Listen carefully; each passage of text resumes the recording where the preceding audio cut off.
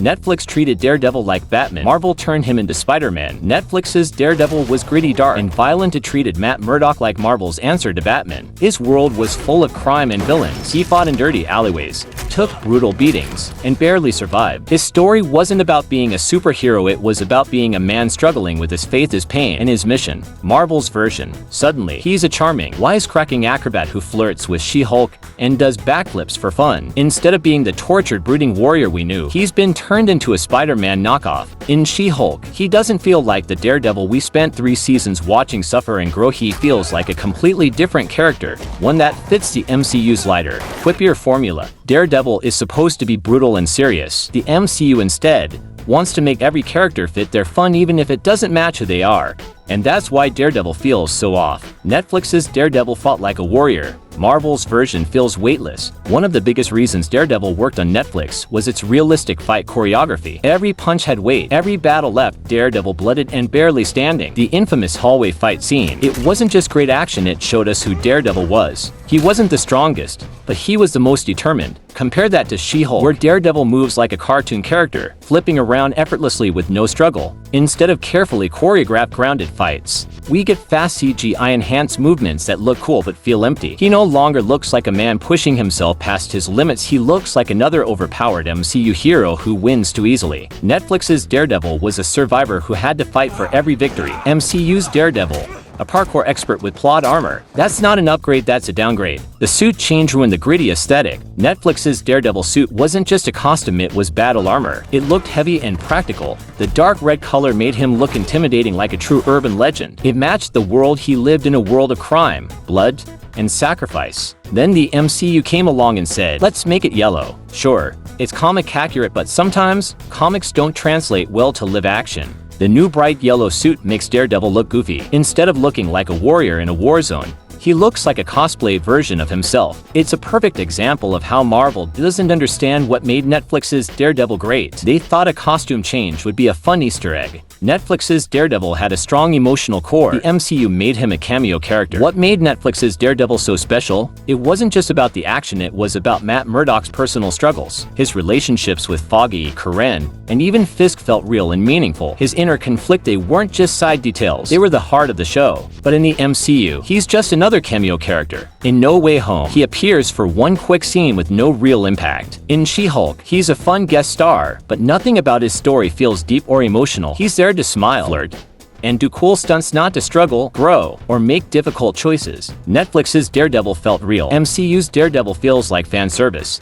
and that's a huge problem. The MCU doesn't respect street-level heroes. One of the best things about Netflix's Daredevil was how grounded it felt. Matt Murdock wasn't fighting aliens or saving the multiverse, he was battling corrupt politicians, gang leaders, and the legal system itself. The show was about how hard it is to bring real justice to a broken system. But in the MCU, street-level heroes barely matter anymore. Look at what happened in She-Hulk. Daredevil's big fight wasn't against the Kingpin or some criminal mastermind, it was against Leapfrog, a literal joke character. Instead of dealing with complex villains and moral dilemmas, he was used as comic relief. Marvel seems to think that if you're not involved in multiversal chaos, you're not important. But Daredevil isn't supposed to be about big, flashy threats, he's supposed to be about the battles that feel personal, messy, and real. And if Marvel doesn't fix that, Daredevil's future in the MCU looks very, very bad. Netflix's Daredevil earned his victories. MCU's version has it too easy. One of the biggest reasons Daredevil was so compelling on Netflix was because Matt Murdock had to fight for every win physically, emotionally, and legally. He got beaten down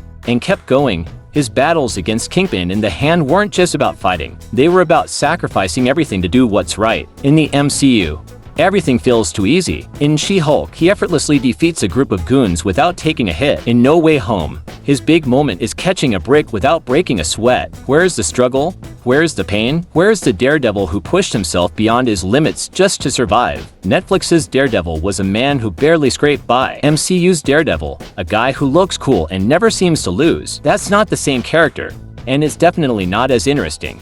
Kingpin was a monster in Netflix's Daredevil. MCU turned him into a cartoon villain. Wilson Fisk in Netflix's Daredevil was one of the best villains in any superhero show ever. He wasn't just physically intimidating, he was brilliant and terrifying. He didn't just beat Daredevil in a fight, he destroyed his life from the shadows. His story was just as compelling as Matt's, and his relationship with Vanessa showed he was more than just a brute. Then Hawkeye came along and ruined all of that. In the MCU, Kingpin survives getting hit by a car into point-blank explosion like he's in a Looney Tunes cartoon. He's no longer a mastermind playing chess, he's a generic bad guy who relies on brute force instead of intelligence. This ship proves that Marvel doesn't understand what made Daredevil great. They took a deeply layered villain and turned him into a one-note thug. And if this is the Kingpin we're getting in Born Again, that's a bad sign for Daredevil's future. Netflix's Daredevil was built on long-form storytelling. The MCU rushes everything. One of the biggest reasons Daredevil worked so well on Netflix was because it took its time to tell a deep, meaningful story. Every season had a clear beginning, middle, and end. Matt's relationships with Foggy, Karen, and Fisk evolved naturally. His struggles as a lawyer and a hero were deeply explored. Now look at how the MCU is handling Daredevil. She-Hulk gave him a rush, one-episode cameo that didn't add anything meaningful to his character. No Way Home gave him one scene that felt like pure fan service. And Born Again? It started as an 18-episode show, then got completely reworked halfway through because Marvel didn't like what they had. Instead of carefully crafting a great story like Netflix did, MCU is rushing Daredevil into random projects without any clear direction, and that's why it doesn't feel the same. The MCU is too afraid to go dark again. The original Daredevil series wasn't just dark, it was brutal, violent, and unfiltered. It tackled serious themes like trauma, corruption, and religion. It showed blood, broken bones, and real consequences. Matt wasn't just a superhero, he was a man constantly struggling between his morals and his demons. Marvel, on the other hand, has spent years watering down its content to keep things PG-13. Even with Deadpool 3 coming up, the MCU still plays it safe with most of its projects. The second Daredevil appeared in She-Hulk.